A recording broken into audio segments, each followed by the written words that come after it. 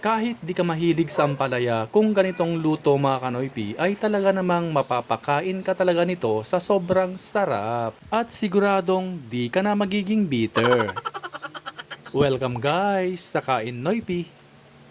Sa recipe na ito ay gagamit tayo syempre ng ampalaya. Mas maganda o mas masarap kung ang gagamitin nating ampalaya ay yung mura-mura pa o yung hindi pa gaanong katigasan ang mga buto.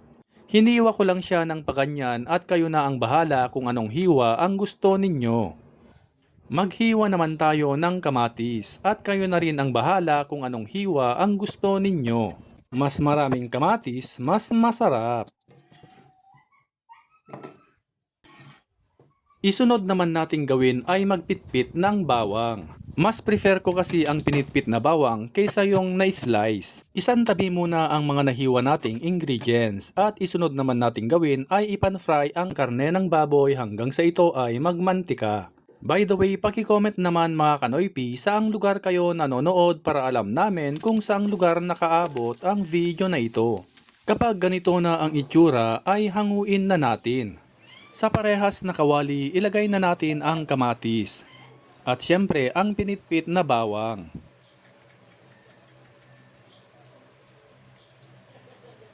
Ilagay na rin ang naprito nating karne ng baboy. At syempre, ilalagay na rin natin ang ampalaya. Nahugasan na po yan ng maigi. Lagyan natin ito ng bagoong isda. At para mas lalong sumarap, tataktakan natin ng vetsin. Lagyan din natin ito ng kaunting tubig. Takpan at hintayin kumulo. Once na ito ay kumulo na, haluin natin para mas maganda ang pagkakaluto. And at this point din, you can taste and adjust. Takpan ulit natin at hintaying maluto. Huwag nyo itong i-overcook kung di nyo bet ang overcook na gulay.